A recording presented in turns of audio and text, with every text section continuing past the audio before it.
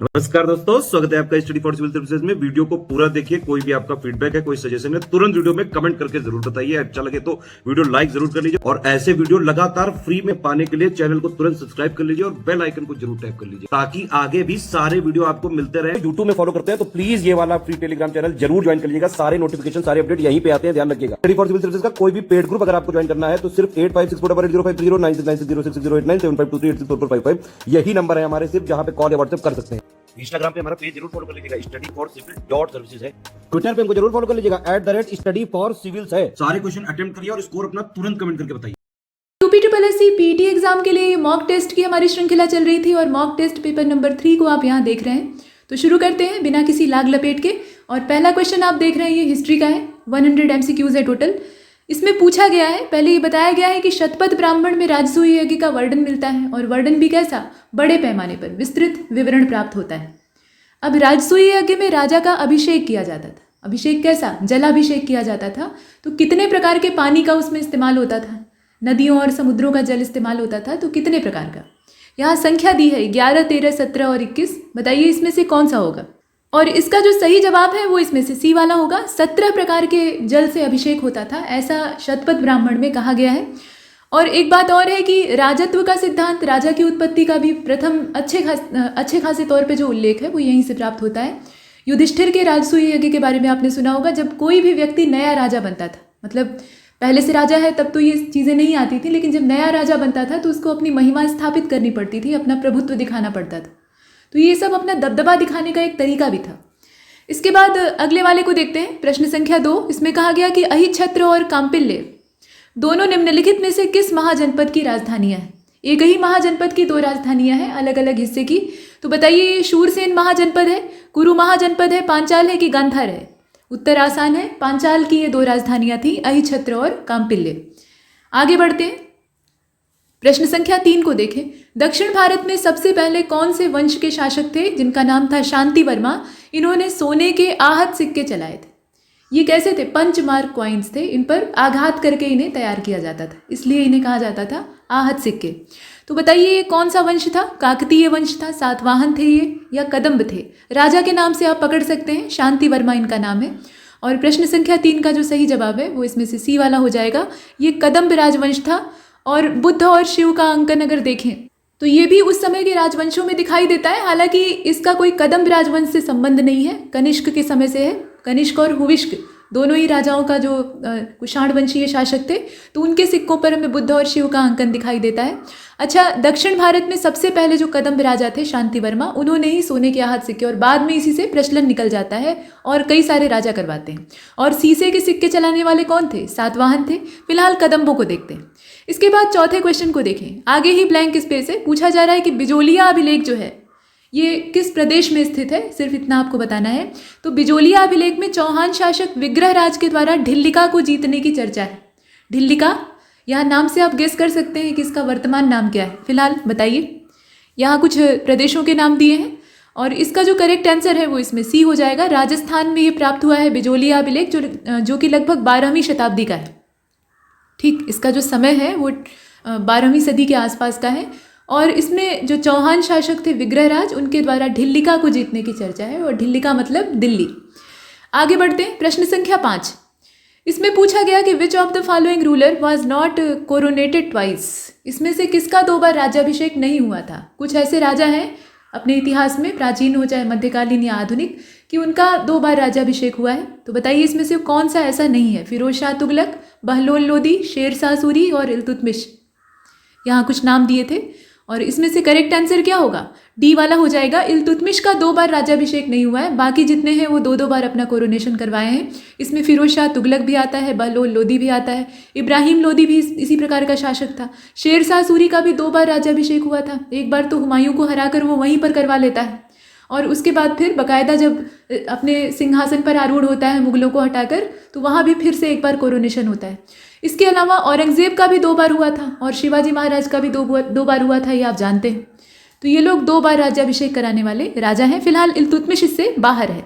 आगे बढ़ते हैं, प्रश्न संख्या 6 को देखिए। हिंदू विधवा पुनर्विवाह अधिनियम, और ये 1856 का है, यानी डलहौजी के ज़माने का। तो इसमें ये पूछा गया है, इसके अंतर्गत आगे ब्लैंक स्पेस है, इसमें हिंदू विधवाओं के लिए पुनर्विवाह को वैध घोषित किया गया। तो कौन से क्षेत्र में वैध घोषित किया गया था ये आपको बताना है। क्षेत्र का नाम नीचे दिया है। कहा गया है कि बंगाल प्रेसिडेंसी के शासन में आने वाले भारत के जितने क्षेत्र थे वहाँ पे इस प्रकार का विवाह वैलिड था। इसमें विधवाओं की स्थिति को सुधारने का प्रयास किया गया था और ये एक प्रशंसनीय कदम था, लेकिन जो दकियानूसी पाखंडी लोग थे वो इसका विरोध कर रहे थे। मतलब विधवाओं का अगर पुनर्विवाह, और पुनर्विवाह का मतलब उन्हें पुनर्जीवन देने की बात की गई थी, क्योंकि एक बार अगर कोई कन्या विधवा हो जाती थी तो उसका जीवन नर्क या नारकीय हो जाता था। मतलब जितनी भी जीवन की सुख सुविधाएं हैं वो उससे छीन ली जाती थी, उसके लिए एक पशु जैसा बर्ताव उसके साथ किया जाता था। तो वो स्थितियां न रहे, इसके लिए कानून बनाया गया था। और तत्कालीन जो समाज था उसमें महिलाओं की स्थिति इतनी ज़्यादा उन्नत नहीं थी कि वो स्वरोजगार करके अपना भरण पोषण कर सकें, क्योंकि उनका पालन पोषण वैसा नहीं हुआ रहता था, उन्हें दूसरे के आश्रित ही पाला गया रहता था। तो ऐसे में उन्हें एक अवलंबन उपलब्ध कराना ये भी इसका उद्देश्य था। मतलब विवाह कर लेंगी तो एक सहारा उन्हें मिल जाएगा। तो उस समय की स्थिति के हिसाब से ये था। फिलहाल बताइए, बॉम्बे प्रेसिडेंसी के अधीन था या फिर ईस्ट इंडिया कंपनी के शासन में जितने क्षेत्र आते थे वहाँ ये अधिनियम काम करता था? तो क्वेश्चन नंबर 6, इसका करेक्ट आंसर सी ही होगा, चूंकि ये अंग्रेज़ों के द्वारा लाया गया था, वो भी डलहौजी के द्वारा। तो इसमें ईस्ट इंडिया कंपनी के शासन के अधीन जितने भी भारत के क्षेत्र आते थे वहाँ पर ये वैध था। आगे बढ़ते हैं, प्रश्न संख्या 7 को देखें। डोला पालकी आंदोलन ये उत्तराखंड के जो शिल्पकार थे उनके द्वारा शुरू किया गया था। अब इसमें सही कथन कौन सा है ये आपको बताना है। जयानंद भारती डोला पालकी आंदोलन के नायक थे। आंदोलनों के बारे में पूछा जाता है तो ये भी एक आंदोलन है। डॉक्टर हरविलास शारदा के प्रयासों से शारदा एक्ट आता है 1929 में, पारित किया गया था। तो शारदा अधिनियम आप जानते हैं। अब बताइए इसमें से सही कौन सा है। क्वेश्चन नंबर 7 डी वाला होगा। जितने हैं सब ठीक है, इसमें कोई समस्या नहीं है।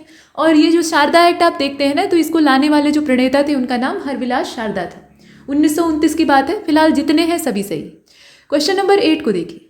इसमें पूछा जा रहा है कि निम्नलिखित में से कौन कानपुर में 1924 में स्थापित हिंदुस्तान रिपब्लिकन एसोसिएशन या आर्मी के संस्थापकों में नहीं है।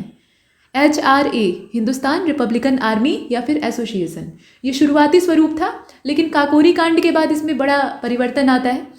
फिलहाल रामप्रसाद बिस्मिल, जोगेश चंद्र चटर्जी और सचिंद्र सान्याल, ये 3 जने आप देख रहे हैं, ये 3 जने थे।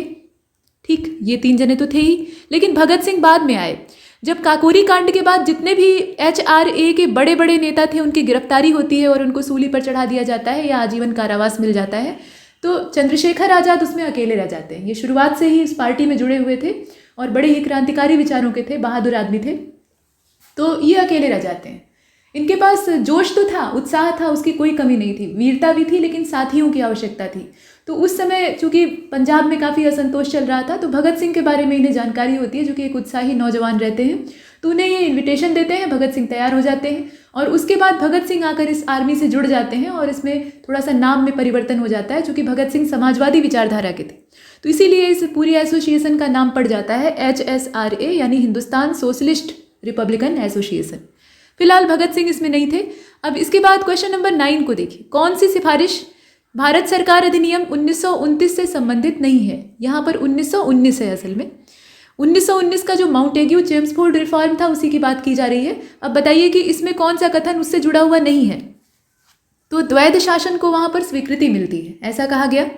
प्रांतों में जिम्मेदार सरकार का विस्तार कर दिया जाता है। सांप्रदायिक निर्वाचन की जो प्रणाली लागू की गई थी माउंटेग्यू मर्ले मिंटो रिफॉर्म से, तो उसको यहाँ पर कंटिन्यू किया जाता है, यानी और बढ़ा ही दिया जाता है। ब्रिटिश भारत और देशी रियासतों के लिए एक संघ की स्थापना की बात की जाती है। तो बताइए उसमें शामिल जो चीज़ नहीं है वो कौन सी है? और इसका जो करेक्ट आंसर है वो इसमें ए हो जाएगा। द्वैध शासन की स्वीकृति ये बाद में आती है। मतलब भारत सरकार अधिनियम 1919 का अगर आप देखें तो इस अधिनियम का नतीजा ये होता है कि 1927 का साइमन कमीशन बनता है। 10 साल के बाद उसको रिपोर्ट देनी थी और साइमन कमीशन की जो सिफारिशें थी उसमें द्वैध शासन का उन्मूलन था। ठीक, और प्रांतों में जिम्मेदार सरकार का विस्तार था, सांप्रदायिक प्रतिनिधित्व की निरंतरता थी। इसके अलावा ब्रिटिश भारत और देशी रियासतों के लिए एक संघ की स्थापना थी। तो ये आपने देखा। इसके बाद आगे चलते हैं। प्रश्न संख्या 10 को देखें। 1773 का रेगुलेटिंग एक्ट, इसके दौरान ब्रिटिश जो क्षेत्र था उसके प्रधानमंत्री कौन थे, यानी ब्रिटेन के प्रधानमंत्री कौन थे? तो लॉर्ड नॉर्थ का नाम दिया है, विलियम पिट्स है और एडिंगटन है। इसके अलावा कैवेंडिश बेंटिंग। बताइए इसमें से कौन से थे? तो क्वेश्चन नंबर 10 इसका ए हो जाएगा। लॉर्ड नॉर्थ उस समय प्रधानमंत्री थे और पहली बार कंपनी के शासन को या कंपनी के कार्यों को विनियमित करने का प्रयास किया गया था।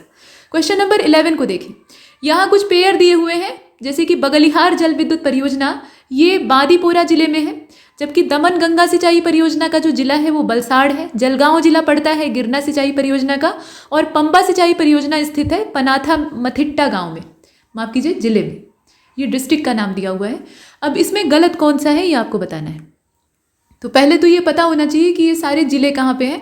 अब इसमें जो ए वाला है वही गलत दिया है। बगलिहार आप भी जानते हैं कि जम्मू कश्मीर में है। ये बांदीपोरा में कहाँ से पहुँच जाएगा, जम्मू कश्मीर का डोडा जिला है। बाकी जितने हैं वो सही हैं, जैसे कि दमन गंगा जो परियोजना है, पहले तो आप बगलिहार को इसमें मार्क कर लीजिए, यही एकमात्र गलत दिया है। जम्मू कश्मीर होगा और उसका डोडा जिला होगा। दमन गंगा सिंचाई परियोजना ये दमन गंगा नदी पर ही है, और बलसाड़ यानी ये बात हो रही है गुजरात की। और गिरना नदी पर बनी हुई है गिरना सिंचाई परियोजना, महाराष्ट्र में ये पड़ती है। पंबा नदी पर बनी हुई है पंबा सिंचाई परियोजना, ये केरल का जो पथाना मथिट्टा जिला है वहाँ पे है। इसके बाद क्वेश्चन नंबर 12 को देखते हैं। करेक्ट ऑप्शन आपको इसमें से सेलेक्ट करना है। राज्य दिया है और वहाँ की सबसे ऊंची पर्वत चोटी दी है, तो हिमाचल प्रदेश में सबसे ऊंची है फोंगपुई, ओडिशा की है देवमाली, मध्य प्रदेश का है गुरु शिखर, ऐसा दिया हुआ है, और महाराष्ट्र की है सारामती। तो सही क्या है, 3 गलत है वो देखकर मालूम हो रहा है। देखिए इसका करेक्ट आंसर बी हो जाएगा। इसमें सिर्फ ओडिशा का जो देवमाली दिया है वो परफेक्ट है, बाकी हिमाचल प्रदेश का अगर आप देखें, ओडिशा वाला इसमें पकड़ लीजिए। हिमाचल प्रदेश की सबसे ऊंची चोटी कौन सी है, लियोपार्गिल है। राजस्थान का आप भी जानते हैं गुरु शिखर है, अरावली का घिसा हुआ हिस्सा, और महाराष्ट्र की कलसुबाई है। मिजोरम का फोंगपुई है, और नागालैंड की सारामती है। इस तरीके से इसके बाद क्वेश्चन नंबर 13 में चलते हैं। यहाँ कहा गया कि कैच द रेन कैंपेन 2022 इसका आयोजन ये जल शक्ति अभियान के तहत किया गया है, लेकिन कहाँ पर किया गया है ये बताना है आपको। वर्षा का जल बड़ा ही मूल्यवान होता है, साल के पूरे समय नहीं मिलता देश के अधिकतर हिस्सों में, और जब मिलता है तो इसे संचित करने की आवश्यकता होती है, क्योंकि इसका उपयोग हम बहुत बड़े बड़े कार्यों को करने के लिए कर सकते हैं। तो बताइए कहाँ पर आयोजित किया गया, भोपाल, रांची, लखनऊ, या इसमें से कोई नहीं। तो करेक्ट आंसर इसका इसमें से कोई नहीं होना चाहिए। असल में ये जो जल शक्ति अभियान के तहत कैंपेन चलाया गया था, ये 29 मार्च 2022 को शुरू किया गया था भारतीय राष्ट्रपति के द्वारा। ठीक, तो ये पूरे देशव्यापी था, इसमें कोई ऐसा नहीं है कि आयोजन इसका कहीं पर किया जाए, मतलब किसी प्रदेश विशेष में किया जाए। तो चूंकि इसमें राष्ट्रीय राजधानी नई दिल्ली को ही रखना सही है, नई दिल्ली से ही इसको लॉन्च किया गया था। ठीक, कैच द रेन कैंपेन जो है इसकी लॉन्चिंग कहाँ से होती है, शुरुआत कहाँ से होती है, नई दिल्ली से होती है। तो डी वाले को चुना, नॉन ऑफ दीज। इसके बाद आगे चलते हैं, क्वेश्चन नंबर 14 को देखिए। बॉक्साइट उत्पादक क्षेत्र महाराष्ट्र राज्य में स्थित है, ये कौन सा है, कालाहांडी है, पलामू है, कोलाबा है कि शहडोल है। शहडोल ये महाराष्ट्र में कहाँ से पहुँच जाएगा ये आप वैसे भी सोच सकते हैं। देखिए कोलाबा है, कोलाबा जो है ये महाराष्ट्र का है और ये बॉक्साइट उत्पादक क्षेत्र है। बाकी कालाहांडी ओडिशा में है, कोयला उत्पादक, माफ कीजिए बॉक्साइट उत्पादक क्षेत्र। पलामू जो है वो झारखंड का है और शहडोल मध्य प्रदेश का है। तो इसमें से कोलाबा को हम बाहर कर लेते हैं। याद रखिएगा ये बॉक्साइट के उत्पादन के लिए फेमस है, एल्यूमिनियम का अयस्क है बॉक्साइट। और निम्नलिखित में से किस देश की ग्रामीण जनसंख्या सबसे कम है, 2011 के ही सेंसस को यहाँ पकड़े हुए हैं। तो भारत, चीन, पाकिस्तान और बांग्लादेश। ग्रामीण आबादी सबसे कम कहाँ पे है, बांग्लादेश की है, सबसे कम ग्रामीण आबादी यहीं पर है। और सबसे ज़्यादा ग्रामीण जनसंख्या है भारत में। उसके बाद दूसरे नंबर पर आता है चीन, तीसरे नंबर पर आता है पाकिस्तान, चौथे नंबर पर आता है इंडोनेशिया और 5वें नंबर पर आता है बांग्लादेश, मात्र 10 करोड़। आगे बढ़ते हैं, क्वेश्चन नंबर 16 को देखिए। यहाँ पर कहा गया कि ये वर्ष पूछा है कि किस वर्ष में संयुक्त राष्ट्र महासभा की घोषणा के बाद प्रत्येक वर्ष 15 जुलाई को विश्व युवा कौशल दिवस मनाया जाता है। ये तारीख आपको बतानी है, तारीख का मतलब यहाँ पे जो सन है वो बताना है। तारीख तो दी हुई है, ठीक, 15 जुलाई को कि कौन से सन से शुरू किया गया था। तो करेक्ट आंसर इसका क्या होगा, 2014 कौशल दिवस, ये विश्व युवा कौशल दिवस है जो कि मनाया जाता है, 2014 इसमें करेक्ट आंसर होगा। इसके बाद क्वेश्चन नंबर 17 को देखिए। ऑपरेशन फ्लड भारत के कौन सी परिषद के द्वारा शुरू किया गया था, और यह एक ग्रामीण विकास कार्यक्रम है, ये तो आप जानते ही हैं। तो ये Indian council of agricultural research है, यानी कृषि अनुसंधान परिषद, या फूड कॉरपोरेशन ऑफ इंडिया है, या नेशनल डेयरी डेवलपमेंट बोर्ड है, कौन सा है इसमें से बताइए। देखिए इसका सी हो जाएगा, ये डेयरी विकास बोर्ड के द्वारा शुरू किया गया एक ग्रामीण विकास कार्यक्रम था और सी वाले ऑप्शन को चुना। आगे चलते हैं, क्वेश्चन नंबर 18 को देखिए। कालानुक्रम में आपको व्यवस्थित करना है, तो इसकी क्रोनोलॉजी आप देखें कि इंदिरा आवास योजना कब शुरू की गई थी, जवाहर रोजगार योजना कब, और केंद्रीय ग्रामीण स्वच्छता कार्यक्रम कब। इसकी डेट मालूम रहेगी तो आप अरेंज कर लेंगे। देखिए 1985 में इंदिरा आवास योजना शुरू होती है, 1989 में जवाहर रोजगार योजना शुरू होती है और 1986 का है ग्रामीण स्वच्छता कार्यक्रम। तो इस हिसाब से अगर आप अरेंज करेंगे तो ये थोड़ा सा आगे पीछे करके व्यवस्थित हो जाएगा, इसका ए वाला सही। ठीक, आगे बढ़ते हैं। प्रश्न संख्या 19 को देखिए। इसमें कहा गया कि जब सरकार का बजट घाटे का होता है, अर्थात आय से ज़्यादा खर्चा होता है, तो घाटे को भरने के लिए सरकार के द्वारा जो उपाय अपनाए जाते हैं उसको क्या कहा जाता है? राजकोषीय घाटा ही कहते हैं, या फिर डिफेक्ट फाइनेंसिंग कहते हैं, यानी हीनार्थ प्रबंधन जिसे कहा जाता है, या फिर उसको मोराटोरियम कहा जाता है अर्थशास्त्रीय भाषा में। क्या बोलते हैं? क्वेश्चन नंबर 19 इसका बी हो जाएगा। हीनार्थ प्रबंधन का यही मतलब होता है। ये आप देख रहे हैं, मतलब सरकार का बजट अगर घाटे का होता है यानी आय से ज़्यादा का होता है तो उस घाटे को भरने के लिए सरकार उपाय अपनाती है और उपाय करना पड़ता है। आगे बढ़ते हैं। प्रश्न संख्या 20 को देखें। डिजिटल रूपी जो है ये शुरुआत, मतलब भारतीय रिजर्व बैंक के द्वारा जो डिजिटल रुपया है इसकी शुरुआत वित्तीय वर्ष कब की गई है, कौन से वित्तीय वर्ष में की गई है, ये आपको बताना है। 2020-21 है, 21-22 है, 22-23 है, या नॉन ऑफ दीज है? तो इसका सी हो जाएगा। 22-23 का जो वित्तीय वर्ष है उसी में शुरू किया गया है और अभी इससे संबंधित जो न्यूज़ है वो लगातार आती रहती है। क्वेश्चन नंबर 21 को देखें। 1946 में स्थापित भारतीय राष्ट्रीय कांग्रेस की विशेषज्ञ समिति की दूसरी बैठक, ये दूसरी बैठक थी, कहाँ पर आयोजित की गई? हैदराबाद, बॉम्बे, कलकत्ता, कौन सा? तो इसका जो करेक्ट आंसर है वो इसमें बी वाला हो जाएगा। बम्बई में आयोजित हुई थी और ये विशेषज्ञ समिति की बैठक थी जो कि 8 जुलाई 1946 को होती है। डेट इसमें आपको पता होनी चाहिए। और इससे ये जो पूरी विशेषज्ञ समिति है 2 बैठकें हुई थी। तो पहली जो है वो 20 से 22 जुलाई 1946 में हुई थी और दूसरी जो है वो 15 से 17 अगस्त 1946 बम्बई में होती है। स्थापना इस विशेषज्ञ समिति की जो है वो 8 जुलाई को हुई थी। थोड़ा सा बताने में मिस्टेक हुआ है, स्थापना का जो समय है वो 8 जुलाई है। उसके बाद जो पहली वाली बैठक हुई थी वो 20 से 22 जुलाई में हुई थी और दूसरी हुई थी 15 से 17 अगस्त। और ये पूरा समय कौन सा है? 1946 का है। तो इसका जो करेक्ट आंसर है वो बी हो जाएगा। इसके बाद क्वेश्चन नंबर 22 को देखें।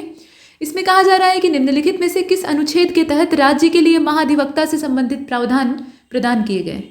अब ये कौन सा आर्टिकल है? 176 है, 165 है, 155 है, या 148 है? तो आप जानते हैं कि 176 जो है उसमें राज्यपाल का अभिभाषण आता है, विशेष अभिभाषण जो होता है, और राज्य का महाधिवक्ता किस में आता है? उसी का पूछा जा रहा है। तो ये 165वें आर्टिकल में आता है और इसीलिए इसका जो बी वाला ऑप्शन है उसको चुनते हैं। 155वें नंबर के आर्टिकल में क्या है? राज्यपाल की नियुक्ति के लिए जो प्रोसीजर है वो दिया हुआ है। और नियंत्रक और महालेखा परीक्षक का जो प्रावधान है वो 148वें में आप देखते हैं। 23वें प्रश्न को देखें। यहाँ कहा गया कि डॉक्टर भीमराव अम्बेडकर ने कौन से आर्टिकल को संविधान की आत्मा और हृदय के तौर पे वर्णित किया था? बताइए ये कौन सा है? 44वां है, 42वां है, 29वां है कि 32वां है? तो ये आर्टिकल नंबर 32 है, संवैधानिक उपचारों का अधिकार जो दिखाई देता है आपको, 32वां। इसके बाद क्वेश्चन नंबर 24 को देखें। पंचायतों के गठन से संबंधित कौन सा अनुच्छेद है? ये 243 ए है, बी है, सी है कि डी है? उसका क्लॉज दिया हुआ है। तो ये करेक्ट आंसर इसमें क्या होगा? 243 पंचायतों की बात हो रही है, तो ये पंचायतों के गठन की बात हो रही है। उसमें भी पंचायतों का प्रावधान कई सारे आर्टिकल में है, तो ये पंचायतों के गठन की बात करें तो ये 243 सी हो जाएगा। ठीक, अनुच्छेद 243 सी। बाकी 243 डी जो है उसमें सीटों के आरक्षण का प्रश्न है और संविधानों पंचायतों का जो संविधान है इसका जिक्र हमें प्राप्त होता है 243 बी में। ग्राम सभा का उल्लेख प्राप्त होता है 243 ए में। आगे बढ़ते हैं। प्रश्न संख्या 25 को देखें। उच्चतम न्यायालय का ये कौन सा अधिनियम के तहत स्थापित किए गए संघीय न्यायालय का उत्तराधिकारी था? मतलब उच्चतम न्यायालय जो है वो किस अधिनियम के द्वारा स्थापित किए गए संघीय न्यायालय का उत्तराधिकारी था? तो बताइए, ये भारत सरकार अधिनियम 1909 था, भारत सरकार अधिनियम 1935 था, या फिर 1947 का स्वतंत्रता अधिनियम था, या फिर भारतीय परिषद अधिनियम था 1909 वाला? इसमें से कौन सा था? तो करेक्ट आंसर इसका बी हो जाएगा। 28 जनवरी 1950 को उच्चतम न्यायालय का उद्घाटन किया गया था और ये 1935 के ही प्रावधानों के अंतर्गत एक संघीय न्यायालय के उत्तराधिकारी के तौर पे सामने आता है। तो 1935 वाला हो जाएगा इसका। इसके बाद आगे चलते हैं। प्रश्न संख्या 26 को देखें। पूछा गया है, अब ये फिजिक्स का क्वेश्चन है, कौन सा उपकरण यांत्रिक ऊर्जा को विद्युत ऊर्जा में परिवर्तित नहीं करता है? तो यहाँ डायनेमो दिया है, टरबाइन दिया है, पवन चक्की दिया है, विद्युत सेल दिया है। बताइए करेक्ट आंसर क्या होगा? विद्युत सेल होगा। विद्युत सेल का काम क्या है? रासायनिक ऊर्जा को विद्युत ऊर्जा में कन्वर्ट करना। इसका काम यांत्रिक ऊर्जा वाला तो है नहीं, बाकी जितने हैं वो वही काम करते हैं। इलेक्ट्रिक सेल इससे बाहर है। क्वेश्चन नंबर 27 को देखें। चंद्रमा का गुरुत्वीय त्वरण का मान पृथ्वी पर गुरुत्वीय त्वरण के मान का कम होता है, आप जानते ही हैं, मतलब चंद्रमा का आकार कम है तो गुरुत्व भी कम होगा, गुरुत्वीय त्वरण भी कम होगा। लेकिन कितना होता है? 1/2 हिस्सा होता है, मतलब आधा होता है गुरुत्वीय त्वरण का पृथ्वी के, या फिर 1/3 होता है, या 1/6वां भाग होता है, या 1/8वां भाग होता है। तो 1/6 होता है, आप जानते हैं, 1/6वां हिस्सा होता है। मतलब पृथ्वी का जितना भी जी है उसमें आप 6 से भाग दे दीजिए, जितना आपको प्राप्त होगा वो चंद्रमा का गुरुत्वीय त्वरण हो जाएगा। इसके बाद क्वेश्चन नंबर 28 को देखें। बिजली का स्विच और बर्तनों के हत्थे जो होते हैं उनको बनाने के लिए एक बहुलक का इस्तेमाल किया जाता है, एक पॉलीमर यूज़ किया जाता है। वो क्या है? बेकेलाइट होता है, या नायलॉन 66 होता है, या टेरिलीन का इस्तेमाल करते हैं, या इसमें से कोई नहीं होता है। तो आप जानते ही हैं कि ये बेकेलाइट होता है और काफ़ी दृढ़ होता है, मतलब आसानी से टूटता नहीं है, हालांकि टूट तो तब भी जाता है। क्वेश्चन नंबर 29 को देखें। और ये जल्दी गर्म नहीं होता है, ये भी बात है। निम्नलिखित में से सही विकल्प का आपको चयन करना है। तो यहाँ फैमिली दी है और उससे संबंधित जो वेजिटेबल्स हैं यानी सब्जियाँ हैं वो दे रखी हैं। तो कुल या फैमिली आप कहिए। ये क्रूसीफेरी है पहला, जिसमें से जिसका सदस्य है नींबू। नींबू जो है वो क्रूसीफेरी परिवार का सदस्य है। इसके बाद दिया है कि मालवेसी परिवार की है मूली, और लेगुमिनेसी कुल का है मटर, जबकि रूटेसी कुल की है भिंडी। तो बताइए कि सही क्या है? 3 तो गलत है, एक कोई सही है, और वो सही वाला सिर्फ सी है। लेगुमिनेसी कुल से संबंध रखती है मटर और सोयाबीन, फलीदार जो सब्जियां होती हैं वो इस कुल में बिलोंग करती हैं। क्रूसीफेरी से मूली, शलजम, सरसों, गोभी, इस तरह के जो पौधे हैं वो संबंध रखते हैं। मालवेसी से कपास, भिंडी, चाइना रोज़ ये सब आते हैं, और नींबू, संतरा, चकोतरा, खट्टे वाले जो हैं ये रूटेसी कुल से बिलोंग करते हैं। इसके बाद क्वेश्चन नंबर 30 को देखिए। इनकरेक्ट ऑप्शन आपको सिलेक्ट करना है। तो सबसे बड़ा जो एंजियोस्पर्म है, पौधे की ही बात हो रही है, तो ये साइकस है। और सबसे बड़ा जो पादप अंड है यानी प्लांट एग है वो भी साइकस है। लार्जेस्ट जो मतलब सबसे बड़ा जो पुमंग पाया जाता है वो भी साइकस में ही पाया जाता है, और सबसे बड़ा बीजांड भी साइकस में पाया जाता है। तो 3 चीज़ें इसमें से सही हैं, लेकिन एक गलत है। कौन सा? देखिए, सबसे बड़ा जो एंजियोस्पर्म पौधा है वो यूकेलिप्टस है। ठीक, यूकेलिप्टस है, और एक दिन में 7 लीटर पानी इसको पीने के लिए चाहिए होता है, इसीलिए ये जल का विध्वंसक है। तो ये इसमें गलत है, बाकी जितने हैं वो सब सही है। क्वेश्चन नंबर 31 को देखें।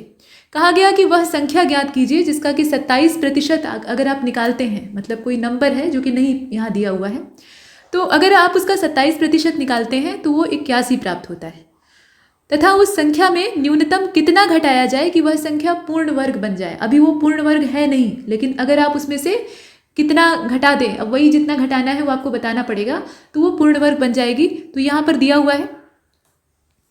ठीक, मतलब इसमें 2 तरह के क्वेश्चन हैं, इसमें समझने की कोशिश करिए। वह संख्या ज्ञात कीजिए जिसका कि 27% 81 आता है। तो पहली संख्या तो आपको यहाँ से ज्ञात करनी है, और दूसरी संख्या मालूम करनी है जिसमें से कि न्यूनतम हम कितना घटा दें कि वह संख्या पूर्ण वर्ग बन जाए। तो इसका जो करेक्ट आंसर है वो क्या होगा? इसमें 300 और 11 होगा। 300 वो संख्या है जिसका कि अगर आप 27% निकालते हैं तो आपको 81 प्राप्त होता है, और 11 वह संख्या है, मतलब 11 वह न्यूनतम संख्या है जिसको कि एक संख्या में से घटा देने पर वह पूर्ण वर्ग बन जाती है।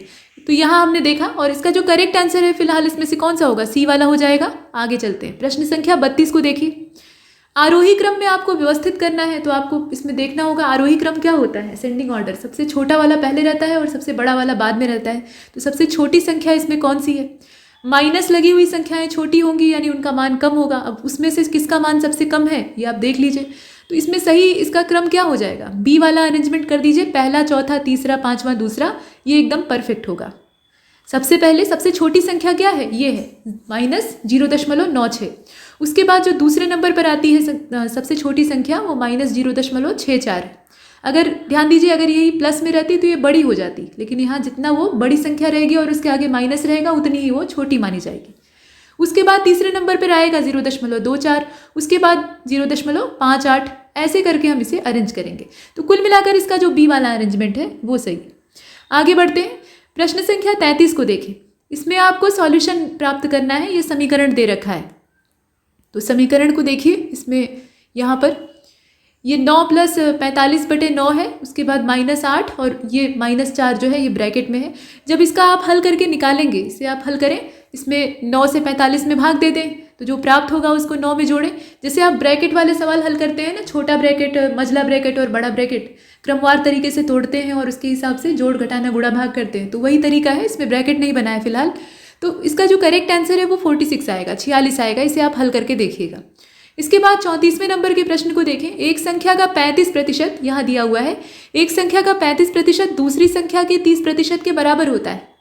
पहली संख्या और दूसरी संख्या का आपको अनुपात निकालना है। तो दो रास्ते आपके पास है, एक तो ट्रिक के माध्यम से आप छोटा रास्ता अख्तियार करके निकाल लीजिए, दूसरा ये है कि दोनों संख्याओं को मान लीजिए, मतलब कोई भी ऐसे चर राशि मान लीजिए और उसके आधार पे एक छोटा समीकरण बना के निकाल लीजिए। दोनों तरीके हो सकते हैं। फिलहाल इसमें जो करेक्ट आंसर है वो इसमें का आएगा बी वाला, यानी 6 और 7 का अनुपात है। 6:7, पहली संख्या का 6, दूसरी संख्या का 7। आगे बढ़ते हैं, प्रश्न संख्या 35 को देखिए। 6 अंकों की सबसे बड़ी और सबसे छोटी संख्या का अंतर ज्ञात कीजिए। तो 6 अंकों की सबसे बड़ी संख्या ढूंढ लीजिए आराम से। इसमें ये छोटी क्लास वाला क्वेश्चन है। 6 अंकों की सबसे बड़ी संख्या और सबसे छोटी संख्या और दोनों को आपस में घटा दीजिए। तो जब आप घटाएंगे तो इसका जो करेक्ट आंसर है वो क्या आएगा, इसमें डी वाला आ जाएगा। ठीक, डी वाले को चुना। ये 89,99,999।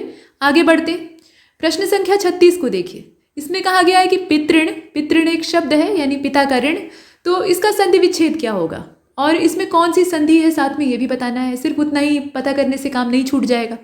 तो पितृधन ऋण होगा, इसका सीधा सीधा है, पितृधन ऋण होगा। अब यहाँ री का आपस में योग हुआ है, ये दीर्घ स्वर संधि होगी, व्यंजन संधि होगी, या अयादि या यण, कौन सी होगी। तो ये दीर्घ स्वर संधि है, आपने ऐसे जोड़ उसमें देखे हैं।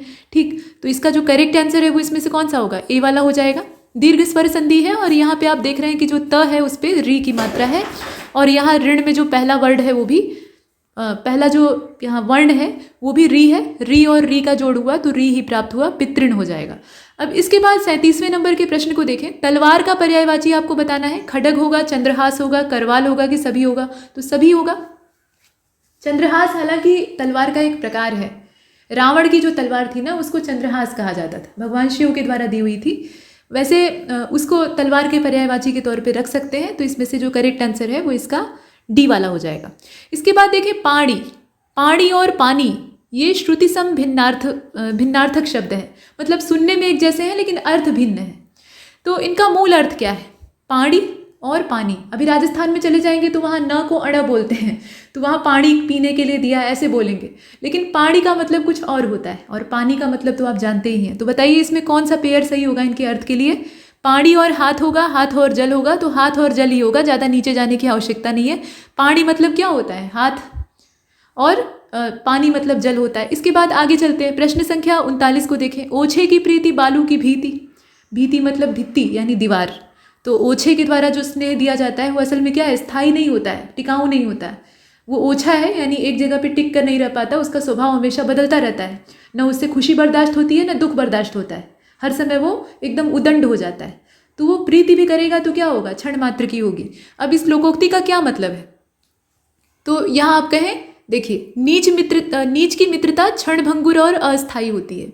बालू की भीति यानी बालू की जो दीवार है वो टिकाऊ होगी या नहीं होगी, टिकाऊ नहीं होगी, मतलब जरा सा झटका लगा, जरा सी हवा चली तो ढह गई। तो वही हाल यहाँ नीच व्यक्ति या जो ओछा व्यक्ति है उसकी मित्रता का भी होता है। इसके बाद 40वें नंबर के क्वेश्चन को देखें। सतह से उठता आदमी, ये एक रचना का नाम है, मतलब पुस्तक का नाम है। किसकी रचना है बताइए। ये मुक्तिबोध की रचना है, प्रसाद जी की है, इलाचंद्र जोशी की है, या फिर रेणु की है।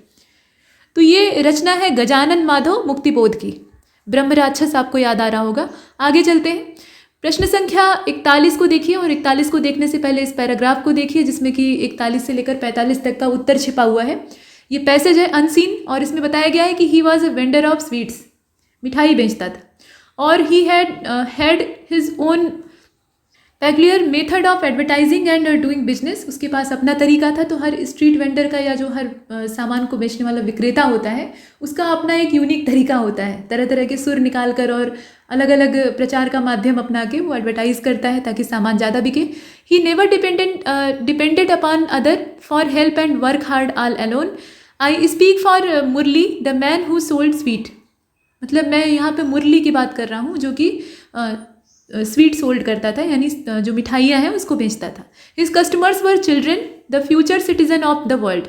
Eight the stroke of 9 in the morning, Murali would stand in front of school with his tray of sweets. Till about 11 the cell would be brisk. After that he यहाँ आप देख रहे हैं, इसको जरा अंडरलाइन करते चलते हैं। After that he moved off to other places. Even when the sweets become sticky in the heat, his businesses never second, there was depression in his business when the holiday come. देखिए, जब छुट्टियां होती थी तब उसके business में मतलब दबाव पड़ता था, क्योंकि तब उसकी बिक्री नहीं होती थी। नहीं तो वो कुछ समय तक स्कूल के सामने खड़ा होकर बच्चों को मिठाइयाँ बेचता था, उसके बाद वहाँ से कुछ खास समय के बाद वो प्रस्थान कर जाता था, दूसरी जगहों पर जाकर बेचता था। तो यहाँ एक स्ट्रीट वेंडर की बात हो रही है जो कि मिठाइयाँ बेचा करता है और उसकी मिठाइयाँ बहुत धड़ल्ले से बिकती हैं, लेकिन जो हॉलीडे का समय होता है उसमें उसका सामान नहीं बिकता है, तो वो उसके लिए डिप्रेशन का समय होता है। अब इसमें आप देख लीजिए, इसे पूछा गया है कि कौन मुरली कौन था, मतलब ये जो व्यक्ति है ये असल में कौन था। तो ये एक बिजनेसमैन था, एक वेंडर था जो कि स्वीट्स बेचा करता था, एक जॉब सीकर था, या फिर एक स्टूडेंट था। तो उत्तर आसान है, आप आराम से यहाँ लगाइए और चलते बनिए यहाँ से। इसके बाद 42 को देखिए, हु आर हिज कस्टमर, उसके मेन कस्टमर कौन थे। वैसे तो वो कई जगह पे घूमता है तो उसके बहुत सारे कस्टमर हो सकते हैं, लेकिन पैसेज के हिसाब से कौन था, तो बच्चे ही थे, ठीक, चिल्ड्रन। और बच्चों को ही मिठाइयाँ ज़्यादा पसंद भी होती है। इसके बाद 43 को आप देखें, when did the depression come in his business, उसके बिजनेस में तनाव कब पैदा होता था, जब हॉलीडे होते थे, व्हेन द हॉलीडे कम। तो यहाँ तक हमने देखा। अब इसके बाद यहाँ ये कहा गया है कि select the alternative which is the best substitute of phrase. तो यहाँ आप देखिए, अ पर्सन और thing that is likely to cause harm, तो उसे क्या कहेंगे, बताइए इसमें से कौन सा शब्द चुना जाए।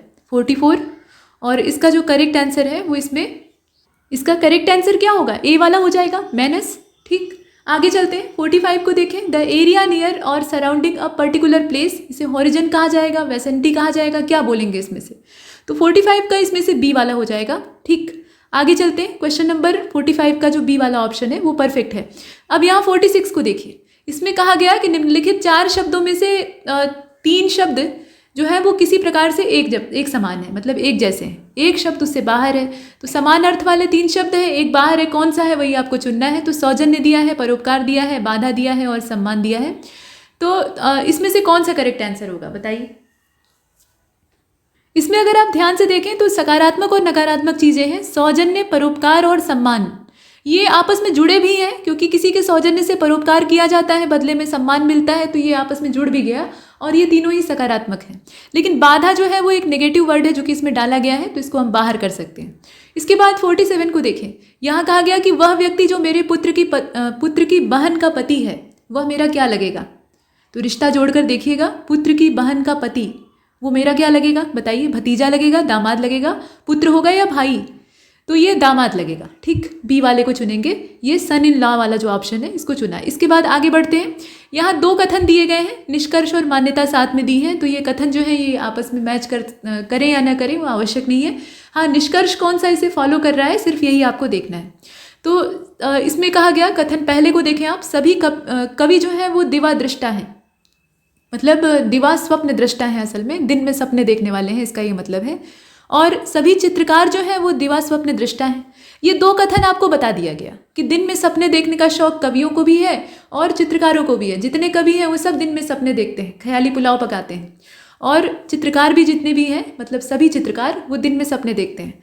तो अब यहाँ ये बताया गया कि सभी चित्रकार कवि हैं, ऐसा कह दिया गया, और कुछ दिवा स्वप्न दृष्टा जो है वो चित्रकार नहीं है। अब आप बताइए कि कौन सा निष्कर्ष निकलता है। तो पहला वाला तो नहीं हो सकता कि सभी चित्रकार कवि हो जाए, ठीक। तो अब इसमें देखकर आप बताएं। दूसरा वाला भी नहीं हो सकता, दूसरा वाला इसलिए नहीं हो सकता, यहाँ ये कहा गया है ना कि कुछ दिवा स्वप्न दृष्टा चित्रकार नहीं है, ये नहीं कह सकते हम, एकदम कन्फर्म होकर नहीं कह सकते। तो न तो निष्कर्ष पहला ही सही है न दूसरा ही सही है, और इसीलिए हम बी वाले को चुनते हैं। कोई भी निष्कर्ष ठीक ढंग से नहीं निकल पा रहा है, बहुत बारीकी से इसमें देखना होता है। इसके बाद अगले वाले को देखें, प्रकाश गीता से लंबा है, अमर प्रभात से लंबा है, मतलब प्रकाश जो है वो इसमें गीता से लंबा है, गीता उससे छोटी है। अमर जो है वो प्रभात से लंबा है, लेकिन उतना लंबा नहीं है जितना कि गीता है। तो प्रबोध प्रकाश से लंबा है। अब आपको बताना है कि सबसे छोटा कौन है, तो सबसे लंबा तो इसमें प्रबोध हुआ, लेकिन उसके बाद अब छोटा कौन है ये देखना है। गीता छोटी है, प्रकाश छोटा है कि प्रभात छोटा है। तो करेक्ट आंसर इसका क्या होगा, प्रभात छोटा है, ये प्रभात छोटा है। डी वाला जो है इसमें, यहाँ देखिए जो इसका ट्रांसलेशन है वो मॉर्निंग दिया है, तो वो असल में एक लड़के का नाम है, तो प्रभात हो जाएगा। इसके बाद आगे चलते हैं, क्वेश्चन नंबर 50 को देखिए। 42 छात्राओं की कक्षा में प्रिंसी का क्रम ऊपर से 16वां है और उसका क्रम अंत से कितना है। शुरुआत से तो बता दिया गया कि 16वें नंबर पर वो आती है और 42 पूरी छात्राएं उस कक्षा में हैं, तो नीचे से गिनेंगे तब कौन से नंबर पर आएगी, बताइए। ये नीचे से गिनने वाला 27वें नंबर पे आएगी अगर नीचे से गिनना शुरू करते हैं तो यहाँ 27वां जो सही दिया है डी वाला। इसके बाद 51 को देखिए, यहाँ पर ये करंट अफेयर का क्वेश्चन है। कहा जा रहा है कि खादी और ग्रामोद्योग आयोग यानी KVIC के अध्यक्ष विनय कुमार सक्सेना ने उत्तर प्रदेश के किस शहर में देश की पहली मोबाइल हनी प्रोसेसिंग वैन को लॉन्च किया है? बताइए कि ये कौन सा शहर है? गाजियाबाद है, आगरा है, झांसी है कि मेरठ है? तो ये गाजियाबाद है। ठीक, गाजियाबाद में इसको लॉन्च किया गया है। अगले प्रश्न को देखें, फरवरी 2022 में किस अभिनेता को उत्तराखंड राज्य का ब्रांड एम्बेसडर घोषित किया गया है? तो ये कौन से अभिनेता हैं? संजय दत्त है, अभिषेक बच्चन है, अक्षय कुमार है या विद्युत जामवाल है? तो ये अक्षय कुमार है। और ऐसे अभिनेताओं को ब्रांड एम्बेसडर नहीं बनाना चाहिए क्योंकि इनका कोई राज्य में विशेष योगदान तो होता नहीं है। एक्टिंग करके पैसा कमाना इनका उद्देश्य होता है। किसी ऐसे समाज सेवी या पर्यावरण के वेत्ता को वहाँ पर ब्रांड एम्बेसडर बनाना चाहिए जो हिमालयी संरक्षण में अपना योगदान दे रहा हो, हिमालयी जो प्राकृतिक धरोहर है उसको बचाने में योगदान दे रहा हो, ऐसे व्यक्ति को चुनना चाहिए। इसके बाद आगे चलते हैं, प्रश्न संख्या 53 को देखें। फरवरी 2022 में नवा रायपुर छत्तीसगढ़ में सेवाग्राम और छत्तीसगढ़ अमर जवान ज्योति की आधारशिला ये किसने रखी थी? इसको रखने वाले व्यक्ति कौन है बताइए? 53 राहुल गांधी। ठीक, यहाँ जो करेक्ट आंसर है वो इसका ए हो जाएगा। और आजकल ये भारत जोड़ो यात्रा पर है, लगातार पद यात्रा कर रहे हैं। आगे बढ़ते हैं, प्रश्न संख्या 55 को देखें। यहाँ ये 54वां है असल में, क्योंकि 53 के बाद 54 ही आता है। तो इसमें आप देखिए, फरवरी 2022 में प्रधानमंत्री नरेंद्र मोदी ने अर्धशुष्क उष्णकटिबंधीय क्षेत्र के लिए अंतर्राष्ट्रीय फसल अनुसंधान संस्थान इसकी 50वीं वर्षगांठ समारोह का उद्घाटन किया है। 50वीं वर्षगांठ इसकी थी, तो उसके मौके पर जो समारोह था उसका उद्घाटन किया। तो ये आयोजित कहाँ पर हुआ था ये बताइए? हैदराबाद, भोपाल, लखनऊ या जयपुर? तो इसका जो करेक्ट आंसर है वो क्या होगा? हैदराबाद हो जाएगा, ए वाले को चुना। इसके बाद 55 को देखें, पूछा गया है कि किस राज्य की कैबिनेट ने घोषणा की है कि सभी मंत्री और विधायक अपने स्वयं के आयकर का भुगतान करेंगे, राज्य उनका जिम्मेदार नहीं होगा। और राज्य के खजाने की 5 दशक पुरानी प्रथा को ये समाप्त करता है और उन्हें सालाना राशि का भुगतान करना होगा। ये कौन सा राज्य है? प्रशंसनीय पहल है, बताइए इसमें से कौन सा होगा? हिमाचल होगा, नागालैंड होगा, उत्तर प्रदेश होगा कि मिजोरम होगा? तो ये जो राज्य है ना, ये हिमाचल प्रदेश। अब नेताओं को जो मंत्री और विधायक हैं मूल रूप से, तो उनको अपने आयकर का भुगतान खुद से करना होगा। तो उन्हें सोच समझकर उसी हिसाब से अपनी आमदनी को भी रखना होगा। 56 को देखते हैं। यहाँ पूछा गया कि भारत के पहले 5G टेस्ट बेड का उद्घाटन IIT मद्रास में किसने किया? 5G को अभी प्रायोगिक तौर पर लॉन्च कर दिया गया है, हालांकि सभी जगह पे नहीं है, लेकिन 2023 तक सब जगह पहुंच जाएगा। तो अभी उद्घाटन IIT मद्रास में किसके द्वारा किया गया? तो ये नरेंद्र मोदी जी का काम है और इसमें जो करेक्ट आंसर है वो इसका ए हो जाएगा। इसके बाद 57 को देखते हैं। आम के निर्यात को बढ़ावा देना सरकार का उद्देश्य है, तो आम महोत्सव का आयोजन किया गया। अब आम महोत्सव का आयोजन कहाँ पर किया गया, किस देश में किया गया, आप बताइए? तो ये भारत में नहीं हुआ था, खुश होकर भारत मत लगा दीजिएगा, ये बहरीन में हुआ था। ठीक है, यहाँ जो बहरीन वाला ऑप्शन है वो परफेक्ट है। इसके बाद अगले प्रश्न को देखें। जुलाई 2022 में देश का पहला पूर्ण सौर ऊर्जा संचालित डेयरी संयंत्र बनने की आधारशिला ये कौन से राज्य में रखी गई? डेयरी संयंत्र है जो कि सौर ऊर्जा से चलेगा। इसमें विद्युत का जो जल विद्युत या अन्य साधन है उनका इस्तेमाल नहीं होगा। तो ये उत्तर प्रदेश में चलेगा, मतलब आधारशिला रखी गई है, और चंडीगढ़ में या फिर केरल में या नागालैंड में। तो ये केरल में होगा। ऐसी प्रशंसनीय पहलें आजकल दक्षिण में ही ज़्यादा होती हैं। इसके बाद क्वेश्चन नंबर 59 को देखते हैं। 2 अगस्त 2022 ये जो तारीख है, संस्कृति मंत्रालय के द्वारा देश में पिंगली वेंकैया के योगदान का जश्न मनाने के लिए तिरंगा उत्सव का आयोजन कहाँ पर किया गया था? तिरंगे के डिज़ाइन में पिंगली वेंकैया का अहम योगदान है, आप जानते ही हैं। तो ये उत्सव कहाँ पर आयोजित किया गया था? 59 नई दिल्ली। ठीक, इसका जो वेन्यू है वो नई दिल्ली है। कुछ प्रश्न आसान है, उन्हें आप आराम से कर सकते हैं। इसके बाद 60वें नंबर के क्वेश्चन को देखिए। अगस्त 2022 में जूनोटिक वायरस लेंगिया की खोज की गई कौन से देश में? तो आजकल वायरस जो है बहुत तेज़ी से दौड़ रहे हैं, और ये देश कौन सा है? भारत है, जापान है, इंडोनेशिया है कि चाइना है? तो आप जरा सा भी अगर गेस करेंगे कि वायरसों की फैक्ट्री कौन है तो आप आराम से पकड़ सकते हैं। नए नए प्रकार के जो खतरनाक वायरस हैं वो यहीं से ईजाद होते हैं। वजह भी आप जानते हैं, इन्हें जो मिले वही खा लेते हैं। तो जब ऐसा ही इनका भोजन पानी रहेगा तो फिर वायरस तो फैलने ही है। अगले क्वेश्चन को देखें। 61 निम्नलिखित देशों को उनकी भारत के साथ साझा की जाने वाली सीमा, मतलब जो सीमा की लंबाई है उसके आधार पे अवरोही क्रम में व्यवस्थित करना है। यानी सबसे लंबी सीमा जिस देश की लगती है उसको पहले रखेंगे, और सबसे छोटी सीमा जिस देश के साथ लगती है उसको बाद में रखेंगे। तो अब इसमें से आप देखकर बताएं। इसमें नेपाल, म्यांमार, भूटान का ही दिया हुआ है आगे पीछे करके, और इसका जो करेक्ट आंसर है वो इसमें ए हो जाएगा। उसी क्रम में हम लगा सकते हैं। मतलब सबसे बड़ी सीमा लगती है नेपाल की, उससे थोड़ी छोटी लगती है म्यांमार की और सबसे कम लगती है भूटान की। तो ए वाले ऑप्शन को चुना। आगे चलते हैं। आपातकाल की उद्घोषणा समाप्त हो जाने के बाद इसका विस्तार किसी स्थिति में 3 महीने की अवधि से ज़्यादा, 6 महीने की अवधि से ज़्यादा, 1 वर्ष की अवधि से ज़्यादा या 14 दिन की अवधि से ज़्यादा नहीं हो सकता है। विस्तार करना होगा तो कहाँ तक हम कर सकते हैं, कौन सी इसकी मैक्सिमम लिमिट है, बताइए इसमें समय कौन सा होगा।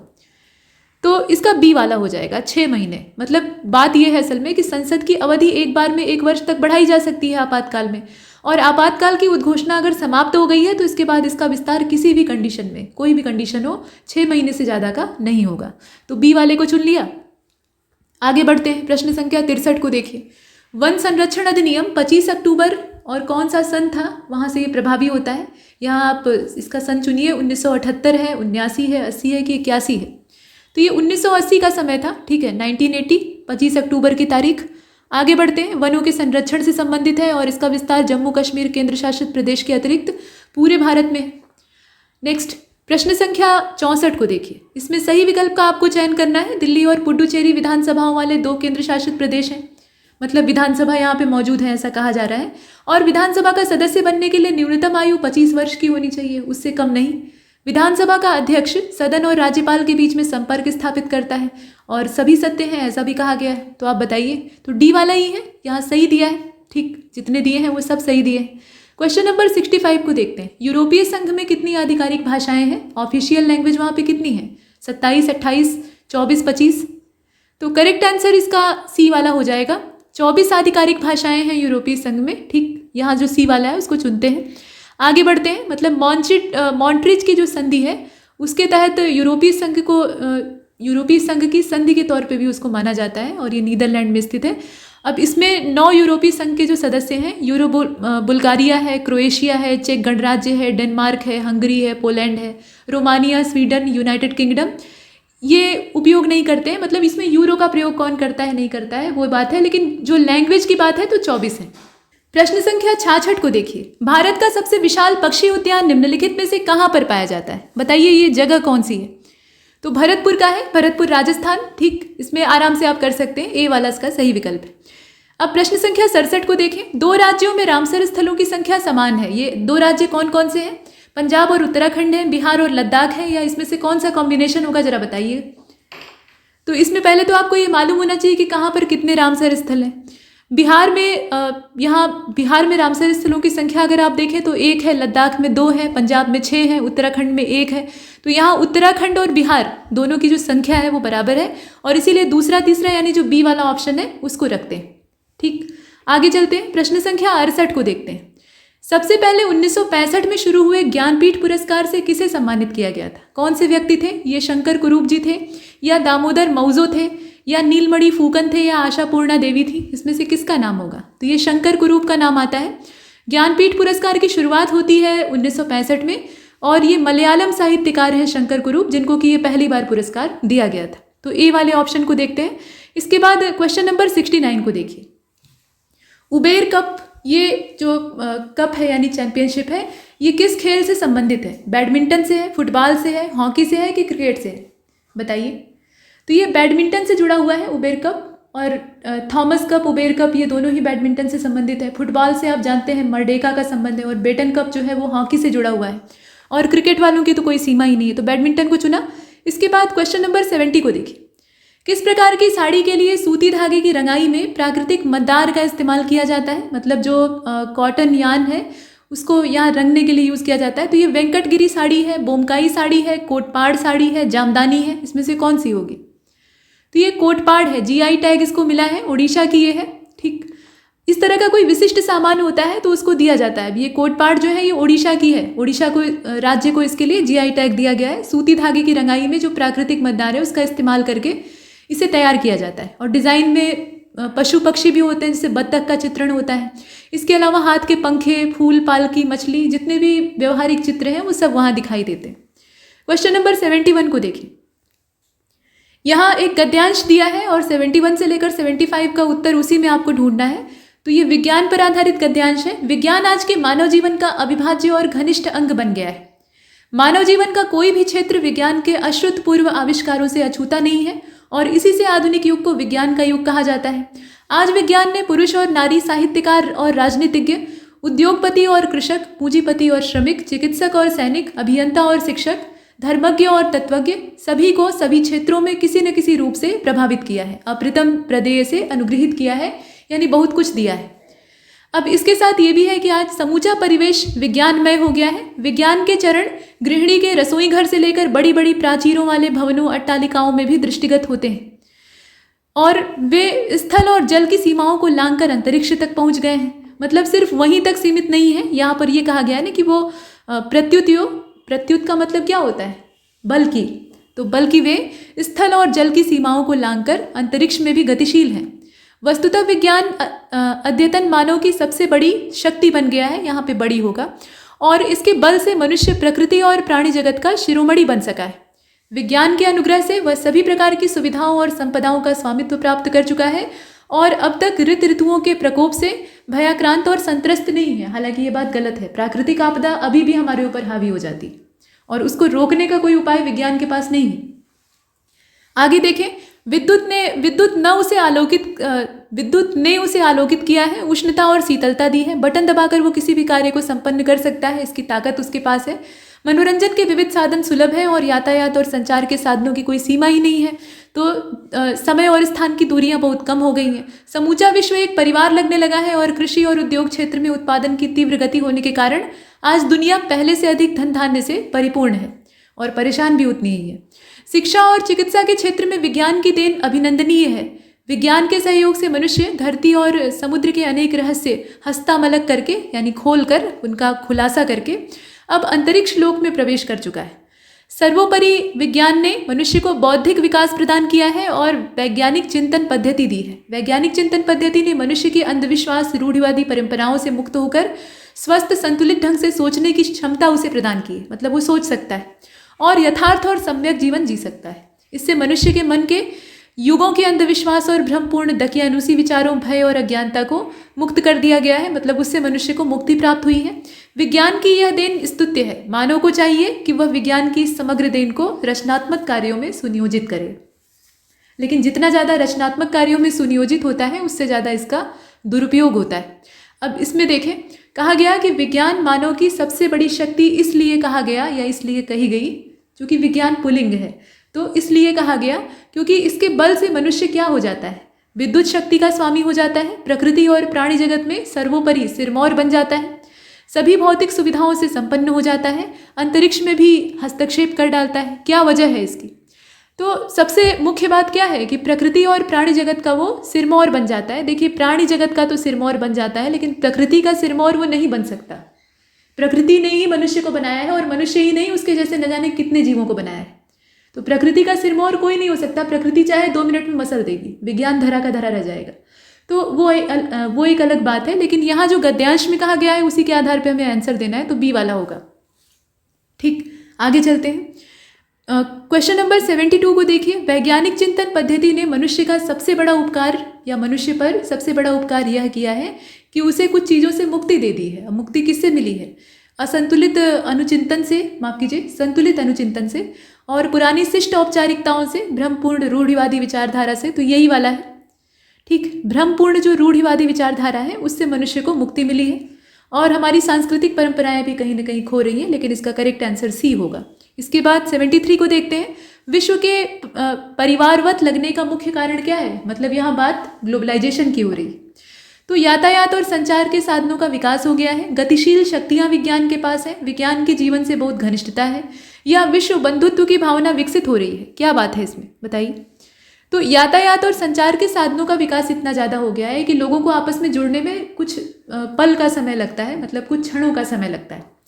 ठीक, तो इसमें ए वाला जो ऑप्शन है वही सही है, क्योंकि आपस में जुड़े हुए हैं लोग, चाहे यातायात के माध्यम से या संचार के जो साधन है आजकल डिजिटल, उनके माध्यम से, तो आपस में संपर्क बनाते देर नहीं लगती। तो ये परिवारवत लगने का मुख्य कारण है।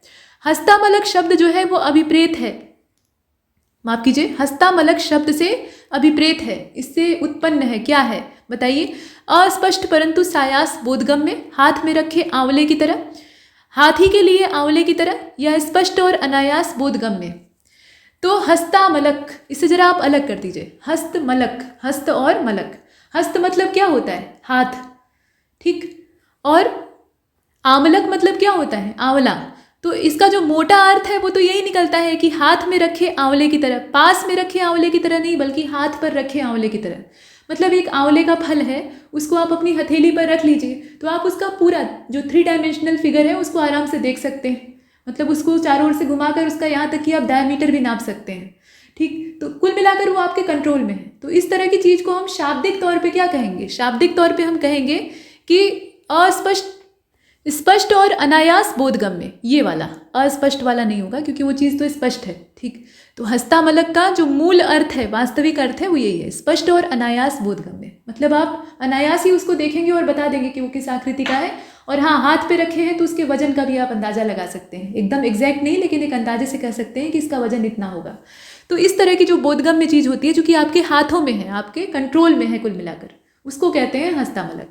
शाब्दिक अर्थ इसका यही है, हाथ में रखे आंवले की तरह, लेकिन यहाँ वो अर्थ नहीं निकालना है हमें, इसका जो गहरा अर्थ है वो निकालना है। इसके बाद 75 को देखते हैं। वैज्ञानिक चिंतन पदबंध से क्या आशय है? वैज्ञानिक चिंतन का क्या मतलब है ये पूछा गया है। तो ये परंपरागत चिंतन होता है, भावात्मक चिंतन होता है, वैज्ञानिकों द्वारा किया हुआ चिंतन होता है, यह स्वस्थ और संतुलित चिंतन होता है। तो वैज्ञानिक भी तो वही लोग होते हैं जो कि संतुलित सोचते हैं। तो ये स्वस्थ और संतुलित चिंतन होता है। मतलब इसमें जो मानसिकता है वो कैसी होती है? संतुलित होती है। इसके बाद एक और गद्यांश है और इस गद्यांश को देखें। व्यक्ति की महत्वाकांक्षाएं विकट स्थानों पर बने हुए किलों की तरह से होती है, जिनको किसी के अवलंबन की नहीं बल्कि अपने बलबूते पर कठोर संघर्ष के बूते ही प्राप्त किया जा सकता है।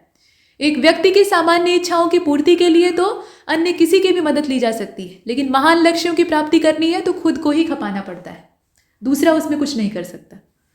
और महान लक्ष्य व्यक्ति का अपना ऊंचा सपना होता है, वह उसकी संपूर्ण चेतना की डूब और संपूर्ण सामर्थ्य के बल पर ही प्राप्त किया जा सकता है। मतलब ये है कि अगर आपकी महत्वाकांक्षा कुछ पाने की है, महत्वाकांक्षा छोटी होती ही नहीं है। महत्वाकांक्षा का मतलब क्या है? महत्वाकांक्षा यानी बहुत बड़ी आकांक्षा, ऐसी आकांक्षा जिसको कि सभी लोग नहीं सोच सकते या सभी लोग उसकी कल्पना नहीं कर सकते। आपने किया है तो मूल्य भी आपको चुकाना पड़ेगा। तो यही चीज़ है।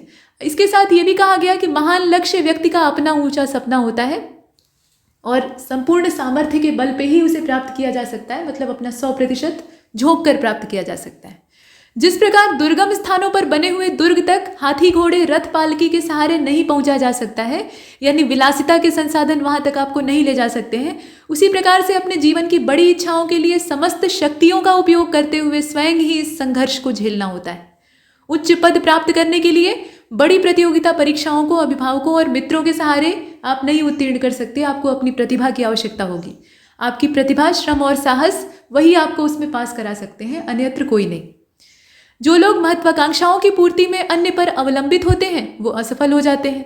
जो इस प्रयाण में स्वयं ही झंडा उठाकर चलने की कुवत रखते हैं, चलते हैं और चट्टानों पर स्वयं के पांव को रोपते हुए आगे बढ़ते हैं, वे सफलता के शिखर पर अवश्य पहुंचते हैं। महात्मा गांधी और नेताजी सुभाष चंद्र बोस केवल और केवल अपने सोच, ज्ञान और कौशल के बल पर ही, यहाँ आप देख रहे हैं, विपरीत परिस्थितियों में केवल अपने बूते ही भारतीय स्वतंत्रता का मार्ग तलाश सके थे। और सिर्फ यही 2 जने नहीं, ऐसे न जाने कितने वीर थे जो कि देश की आज़ादी में काम भी आ गए, जिंदा नहीं बचे और वो अपने ही बूते आगे बढ़े, उन्होंने किसी का सहारा नहीं खोजा। तो अब आपको ये बताना है, ये पूरा एक गद्यांश था, छोटा सा ही था लेकिन अच्छा था। इसमें प्रश्न पूछा गया है कि गद्यांश का शीर्षक क्या है, जरा बताइए। तो महत्वाकांक्षाएं शीर्षक होना चाहिए, महत्वाकांक्षा साहस और बल इसका शीर्षक होना चाहिए, या दुर्ग तक पैरों से चलकर पहुंचना होता है, ऐसा कुछ लंबा सा शीर्षक होना चाहिए, या महत्वाकांक्षा और सफलता का शिखर, ये वाला शीर्षक होना चाहिए। कौन सा सही है? तो महत्वाकांक्षा के दुर्ग तक पैरों से चलकर पहुंचना होता है। और पैर किसके होंगे? आपके अपने होंगे, कोई आपको गोद में लेकर नहीं चलेगा, ठीक। तो इसका जो बी वाला है वही इस गद्यांश के लिए सबसे अच्छा शीर्षक है। हालांकि अच्छा शीर्षक वो होता है जो छोटा होता है, लेकिन उपयुक्त भी तो होना चाहिए, तो उपयुक्त ज़्यादा यही है। इसके बाद 77 को देखें। उपर्युक्त गद्यांश में शब्द अवलंब का इस्तेमाल हुआ है, अवलंब या अवलंबन। तो बताइए कि इसका मतलब क्या है? सहारा। अवलंब की आवश्यकता किसको होती है? जो कमज़ोर होता है, यानी सहारा। तो आपको लिपटने वाली बेल नहीं बनना है बल्कि एक उष्णकटिबंधीय दैत्याकार वृक्ष बनना है, जिसकी डालें इतनी कठोर हो कि कोई भी टकराए तो टूट जाए। तो संघर्ष करने के लिए वैसा ही कठोर मस्तिष्क और शरीर होना चाहिए। तो यहाँ पर सहारे से तात्पर्य है, ठीक, बी वाले को देखा। इसके बाद 78 को देखते हैं।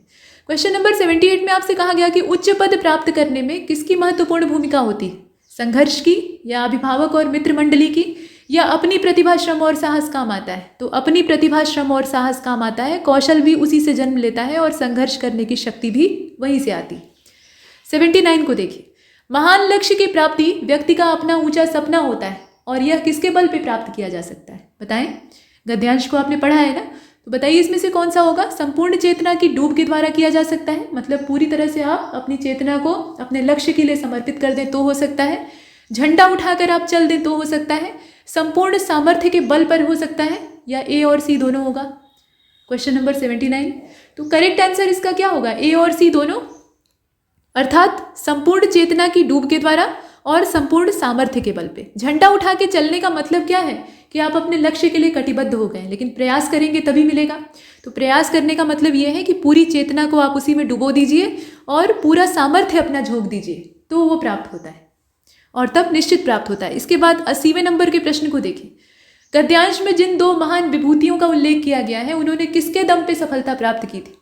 तो अपनी सोच के दम पे प्राप्त की थी, या सोच, ज्ञान और कौशल के बल पे प्राप्त की थी? क्या इसमें सही होगा? ए वाला सही होगा कि सी वाला? तो केवल सोच पर्याप्त नहीं होती है, उसके साथ एक्शन भी चाहिए होता है। तो ज्ञान और कौशल सबका जब मिला जुला स्वरूप सामने आता है तो कोई बड़ी विभूति प्रस्तुत होती है और वो बड़े बड़े काम करती है। अब 81 को देखिए। क्वेश्चन नंबर 81 जो है, इसमें फिर से ग्राफ आ गया है और एक प्रवेश परीक्षा हुई थी जिसमें कि विद्यार्थियों के द्वारा कुछ नंबर पाए गए हैं। जैसे कि अभी आपकी प्रवेश परीक्षा होने वाली है जो कि आपको अगले चरण तक ले जाएगी। तो यहाँ देखें कि प्रवेश परीक्षा में विद्यार्थियों के द्वारा कुछ अंक अर्जित किए गए हैं। अब जो ये ग्राफ बना हुआ है ना, इसमें एक्स एक्सिस और वाई एक्सिस आप देख रहे हैं। जो वाई एक्सिस है वहाँ विद्यार्थियों की संख्या दे रखी है ये, और उनके द्वारा जो प्राप्तांक हैं उनकी रेंज दी हुई है नीचे, और उसी के आधार पर ये ग्राफ बनाया गया है। तो अब आपको इससे संबंधित प्रश्नों के उत्तर देने हैं। इसे छोटा कर लेते हैं और देखिए, 50 से अधिक किंतु 60 से कम, 50 से ज़्यादा लेकिन 60 से कम अंक प्राप्त करने वाले छात्रों की संख्या 20 से अधिक 30 से कम अंक प्राप्त करने वाले छात्रों की संख्या का कितने प्रतिशत है? तो पहले तो दोनों की संख्या सही में आपको मालूम होनी चाहिए। तो 50 से अधिक लेकिन 60 से कम। अब यहाँ देखें आप कि 50 से अधिक और 60 से कम की रेंज कहाँ पे है? 50 से ज़्यादा और 60 से कम। तो ये वाली रेंज आती है बीच में। तो इस रेंज के अभ्यर्थी जो हैं वो आएंगे, और 20 से अधिक लेकिन 30 से कम यानी ये वाली जो रेंज है इसमें जो आएंगे, इन दोनों को आप देख लीजिए। और उसके बाद यही पूछा गया है कि जो 20 से अधिक 30 से कम प्राप्त करने वाली संख्या छात्रों की संख्या का कितने प्रतिशत है? तो दोनों का आपस में प्रतिशत निकाल लीजिए। जब आप प्रतिशत निकालेंगे तो इसका जो करेक्ट आंसर है वो आएगा 50। 50% वो होता है, तो इसका डी वाला ऑप्शन चुना। इसके बाद क्वेश्चन नंबर 82 को देखिए। 30 से अधिक लेकिन 50 से कम अंक प्राप्त करने वाले छात्रों की कुल संख्या कितनी है? जरा यहाँ देख कर बताइए। देखिए, 30 से ज़्यादा लेकिन 50 से कम, 30 से ज़्यादा लेकिन 50 से कम। यहाँ आप देखें, 30 से ज़्यादा लेकिन 50 से कम, यानी इस बीच की बात की जा रही है। अब इस बीच में जितने आते हैं उन सबको आप देखें, ये वाले, और टोटल ये कितने हुए? 48 होते हैं। ठीक, ऐसे छात्रों की संख्या कितनी है? 48 है। वापस इसे छोटा कर लेते हैं।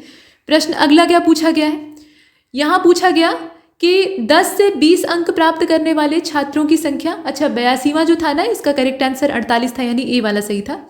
हाँ, 83वें को देखते हैं। तो 10 से 20 अंक प्राप्त करने वाले छात्रों की संख्या 70 से 80 अंक प्राप्त करने वाले छात्रों की संख्या का कितना गुना है? तो ये तो आप ग्राफ देख लीजिएगा। इसमें आराम से, जैसे पीछे हमने प्रतिशत निकाला था ना, वैसे ही कितना गुना है यहाँ पे ये निकालना है। तो 3 गुना होगा। ठीक, सीधे सीधे 3 गुना होगा। तो करेक्ट आंसर क्या होगा इसका? बी वाला हो जाएगा। इसके बाद 84 को देखते हैं। 50 से अधिक किंतु 70 से कम अंक प्राप्त करने वाले छात्रों की संख्या किस अंक समूह के छात्रों की संख्या के बराबर होगी? 50 से अधिक लेकिन 70 से कम अंक प्राप्त करने वाले जो छात्र हैं उनकी संख्या कौन से अंक समूह के छात्रों की संख्या के बराबर आ रही है? तो ये जो संख्या है ना, ये बराबर होगी किसका? जो 30 से 40 वाला ग्रुप है उसके ये बराबर होगी। मतलब ऐसे छात्र जिनका कि 50 से ज़्यादा अंक है लेकिन 70 से कम अंक है, उनकी संख्या ठीक उतनी ही है जितनी कि 30 से 40 अंक के बीच वाले छात्रों की संख्या है। तो इसीलिए इसमें ए वाले को चुना। इसके बाद आगे चलते हैं। प्रश्न संख्या 85 को देखिए। 40 से अधिक, यहाँ ध्यान से देखें, 40 से अधिक लेकिन 60 से कम अंक प्राप्त करने वाले विद्यार्थियों की संख्या 10 से अधिक है। यहाँ आप देखें विद्यार्थियों की संख्या 10 से अधिक तथा 30 से कम अंक प्राप्त करने वाले विद्यार्थियों की संख्या का अगर हम अनुपात निकालते हैं, यहाँ प्रश्न को पढ़ने में थोड़ा सा बीच में ब्रेक हो गया था। कहने का मतलब ये है कि 40 से अधिक लेकिन 60 से कम अंक प्राप्त करने वाले जो विद्यार्थियों की संख्या है उसको रखेंगे, और 10 से अधिक और 30 से कम अंक प्राप्त करने वाले विद्यार्थियों की संख्या को अलग रखेंगे और दोनों का निकालेंगे अनुपात। तो अनुपात कितना आएगा बताइए। ग्राफ में देखकर दोनों की संख्या आपको लिखनी है और दोनों का आपस में भाग देना है। तो ये अनुपात कितना प्राप्त होगा, 7 9 का है, 7 8 का है, 9 7 का है। ये 9 7 का ही होगा, ठीक है, 9 और 7 का रेशियो आएगा। इसके बाद अब अगला हिस्सा शुरू होता है, यानी 86 से लेकर 90 तक के जो क्वेश्चन है उनके लिए ये ग्राफ नया वाला है। और इसमें जो प्रश्न है ध्यान से देखें, इसमें जो एक्स एक्सिस है उस पर वर्ष दिया हुआ है और जो वाई एक्सिस है उधर अमाउंट दिया हुआ है जो कि करोड़ रुपए में है, और इसे देखकर आपको बताना है। यहाँ रेवेन्यू और एक्सपेंडिचर की बात की जा रही है 2014 से लेकर 19 के बीच में कुछ कंपनियां हैं XYZ, उनके संदर्भ में। तो प्रश्न क्या है, किस वर्ष में आय 2014 से 2019 के दौरान कंपनी के औसत व्यय से 33.3% ज़्यादा थी। तो पहले तो आप चाहें तो इसको दशमलव में प्रतिशत की गणना कर सकते हैं, अदरवाइज ऐसे रखकर भी कैलकुलेट कर सकते हैं। इसमें पूछा गया है कि 2014 से लेकर 2019 के दौरान कंपनी के औसत व्यय से 33.3% ज़्यादा थी। ये कौन सा वर्ष है, वर्ष पूछा जा रहा है आपसे। तो इस ग्राफ में आपको देखना पड़ेगा, देखिए और बताइए। यहाँ प्रश्न देख रहे हैं और क्वेश्चन नंबर 86 जो है ना, इसका करेक्ट आंसर हो जाएगा 2018। 2018 का जो समय है ना, उस समय ये इतना ज़्यादा थी। इसके बाद आगे बढ़ते हैं, अगले वाले को देखते हैं। प्रश्न संख्या 87 को देखिए। इसमें कहा जा रहा है कि 2015 और 2017 में कुल आय 2017, 18 और 19 में कंपनी के कुल व्यय की कितनी प्रतिशत है। दशमलव के बाद एक ही स्थान तक आपको कैलकुलेट करना है, उसके बाद मेहनत नहीं करनी है क्योंकि ये कटेगा नहीं। तो इसमें बताइए कि कौन सा होगा, 88.2 होगा, 88.5 होगा, 88.4 होगा। करेक्ट आंसर इसका क्या होगा, 88.2 आएगा, यानी ए वाला जो ऑप्शन है वो सही है। इसके बाद नेक्स्ट क्वेश्चन नंबर 88 पूछा गया कि 2014 की आय किस वर्ष के व्यय के बराबर है। तो आय और व्यय दोनों दिया था, आप इसमें से देखें तो किस वर्ष के व्यय के बराबर है। 88वें को आप देखिए, इस ग्राफ में देखकर बताइए। और इसका जो राइट आंसर है वो इसमें 2015 हो जाएगा, इसके ये व्यय के बराबर है। 2015 को आप देख रहे हैं यहाँ पे, इसमें रेवेन्यू और एक्सपेंडिचर दोनों दिया है, तो रंग अलग अलग है, उससे आप पहचान सकते हैं। इसके बाद आगे चलते हैं, 2015 इसमें जो राइट आंसर है वो यहाँ माना जाएगा। इसके बाद क्वेश्चन नंबर, ये 88वां आपने देखा, ए वाला इसका सही था। क्वेश्चन नंबर 89 को देखिए। 2019 का जो व्यय है वो 2015 के व्यय से कितने प्रतिशत ज़्यादा है। तो दोनों का व्यय देख लीजिए और देख लीजिए कि दोनों में कौन सा ज़्यादा है और कितने प्रतिशत ज़्यादा है। तो जब प्रतिशत में आप निकालेंगे तो ये आ जाएगा, यहाँ आप कैलकुलेट करेंगे तो 13.33% आएगा, टू बी एग्जैक्ट 13.33, यानी सी वाला जो ऑप्शन है वो सही है। इसके बाद क्वेश्चन नंबर 90 को देखिए। इसमें कहा जा रहा है कि 2015 की आय तथा व्यय का अंतर तथा 2019 की आय तथा व्यय के अंतर का अनुपात कितना है। तो पहले तो आय और व्यय का अंतर 2015 के लिए निकाल लीजिए ग्राफ देखकर, उसी प्रकार से 2019 के लिए आय और व्यय का अंतर निकाल लीजिए और दोनों का आपस में रेशियो निकाल लीजिए। तो रेशियो जब आप निकालेंगे तो ये प्राप्त होगा 4:7 का अनुपात, 4 और 7 का अनुपात यहाँ मिलेगा और इसीलिए जो करेक्ट आंसर है वो इसका सी हो जाएगा। Next question number 91। अब 91 से लेकर 95 तक ये टेबल देखकर आपको उत्तर देना है और ये जो टेबल बनी है इसमें 2000 से लेकर, मतलब सन 2000 से लेकर 2002 में एक निजी फर्म के कर्मचारियों के वर्गीकरण को दर्शाया गया है। तालिका का अध्ययन आपको करना है और संबंधित प्रश्नों के उत्तर देने। यहाँ पर जो अंग्रेजी में शब्द दिए हैं उनका हिंदी में अर्थ दिया है, जैसे कि टेक्नीशियन है, एनालिस्ट है, चपरासी है। तो अर्थ क्या दिया है, बल्कि एक तरह से प्रोनाउंसिएशन दिया हुआ है। अब इसमें आप देखें नंबर यहाँ इस टेबल को थोड़ा सा बड़ा कर लेते हैं। अब देखिए कैटेगरी ऑफ एम्प्लॉय दी हुई है, मतलब कुछ मैनेजर हैं, कुछ अकाउंटेंट हैं, कुछ प्रोग्रामर हैं, कुछ टेक्नीशियन हैं, कुछ एनालिस्ट हैं, कुछ जो है वो प्यून है। तो नंबर इन 2000 यहाँ संख्या दे रखी है। तो सन 2000 में यहाँ जो संख्या है इसे 19 दिया है, 115 दिया है, 134 दिया है, 116 दिया है ऐसे, और 2002 में जो संख्या है वो दे रखी है। अब ये तालिका देखने के बाद जो प्रश्न पूछा जाए उसका उत्तर देना है। तो इसमें आप देखें वर्ष 2000 तथा 2002 में, यानी सन 2000 और 2002 में कर्मचारियों की श्रेणी में किस कर्मचारी की संख्या में कोई बदलाव नहीं दिखाई दिया है। मतलब कौन सी श्रेणी में बदलाव नहीं आया है। तो आप देखें कि बदलाव तो सभी में आया है, लेकिन जो मैनेजर वाली श्रेणी है उसमें बदलाव नहीं आया है। दोनों में 19-19 है और इसीलिए इसमें जो करेक्ट आंसर है वो इसका क्या होगा, प्रबंधक यानी मैनेजर वाला हो जाएगा। इसके बाद आगे चलते हैं। क्वेश्चन नंबर 92 को देखिए। वर्ष 2000 से लेकर 2002 में किस प्रकार के कर्मचारियों में सर्वाधिक वृद्धि देखी गई है? अब कौन से कर्मचारी ये हैं बताइए। तो प्रबंधकों की संख्या में तो कोई परिवर्तन ही नहीं आया है। टेक्नीशियन, एनालिस्ट और प्रोग्रामर को देख लीजिए, इसमें से कौन सा होगा? मतलब किसकी संख्या में ज़्यादा वृद्धि देखी गई है? 134 से 173 कौन हुए हैं? प्रोग्रामर हुए हैं। टेक्नीशियन जो है वो 116 से 120 हो गए हैं। वैसे ही जो एनालिस्ट है उनकी संख्या 32 से 133 सीधा हो गई है। तो सबसे बड़ा अंतर किस में आया है? एनालिस्ट की संख्या में आया है, और इसीलिए इसमें जो 92 वाला है ना, इसका करेक्ट आंसर क्या होगा? सी वाला हो जाएगा। एनालिस्ट की संख्या में काफ़ी बड़ा उछाल आया है। इसके बाद क्वेश्चन नंबर 93 को देखते हैं। वर्ष 2002 में सभी प्रकार के कर्मचारियों की औसत संख्या कितनी है? औसत संख्या आपको दशमलव के 2 अंक तक ही कैलकुलेट करनी है। तो औसत संख्या आप निकाल लीजिए। इसमें करेंगे क्या? सबको जोड़ देंगे और जितनी संख्या है उतने के नंबर से नीचे से भाग दे देंगे। तो जोड़कर भाग दीजिए, कितना आएगा? आराम से कर लेंगे आप। इसमें क्वेश्चन नंबर 93 का जो करेक्ट आंसर है 124.66 हो जाएगा, यानी 124.66। मतलब करना क्या है इसमें? और कुछ नहीं करना था, सीधा इसको जोड़ना है। सबको आपस में जोड़ दीजिए और जितना यहाँ पे है ये देखिए 1 2 3 4 5 6 से भाग दे दीजिए, आ जाएगा। इसके बाद आगे चलते हैं, अगले वाले को देखते हैं। प्रश्न संख्या 94 में पूछा गया है कि सन 2000 और 2002 में सभी प्रकार के कर्मचारियों की कुल संख्या का अनुपात कितना है? तो पहले आप कुल संख्या दोनों की निकाल लीजिए, मतलब सन 2000 में और 2002 में, और फिर अनुपात निकालिए। तो जोड़कर जब आप इसका फिर भाग देंगे आपस में, यानी अनुपात निकालेंगे, तो 94 का जो राइट आंसर है वो बी हो जाएगा। 128 और 187 का अनुपात है। ठीक, 128 और 187 का अनुपात है, यानी जो इसका बी वाला ऑप्शन है वो सही है। इसके बाद 95 को देखें। सन 2000 से लेकर 2002 तक टेक्नीशियन की संख्या में कितने प्रतिशत की वृद्धि हुई है? तो पहले तो कितनी वृद्धि हुई है वो देख लीजिए। टेक्नीशियन यहाँ आप देख रहे हैं, ये वाला टेक्नीशियन पहले कितने थे? 116 थे, और फिर बढ़कर 120 हो गए। तो प्रतिशत में वृद्धि इसकी निकालेंगे तो इसका करेक्ट आंसर कितना आएगा? 3.44, मात्र 3.44% की ही वृद्धि हुई है, यानी ज़्यादा कोई बढ़ोतरी नहीं हुई है। और इसीलिए इसका जो करेक्ट आंसर है वो इसमें कौन सा होगा? ए वाला हो जाएगा। यहाँ पूछा गया था ये वाला, ठीक। तो 3.44 यानी ए वाला। इसके बाद अब 96 से लेकर 100 तक फिर एक टेबल बनी है, और इसमें भारत में 5 वर्षों के दौरान 5 अलग अलग राज्यों में जो एसएससी की परीक्षा है उसमें शामिल होने वाले छात्रों की संख्या को दर्शाया गया है, राज्यवार दर्शाया गया है। इसमें आंध्र प्रदेश है, उत्तर प्रदेश है, मध्य प्रदेश है, पंजाब है और केरला है। वर्ष दिए हुए हैं 2012, 13, 14, 15, 16। तो अब इसी के आधार पे आपको प्रश्नों के उत्तर देने हैं। तो 2012 से लेकर 2016 तक, यहाँ आप ध्यान से देखें, 2012 से लेकर 2016 तक कुल संख्या की दृष्टि से किस प्रदेश के छात्रों ने एसएससी की परीक्षा में परचम लहराया, यानी सफलता प्राप्त की, और सर्वाधिक संख्या में उसी प्रदेश से छात्र उत्तीर्ण हुए, ये कहने का मतलब है। परचम लहराने का और क्या मतलब? सफलता प्राप्त करना।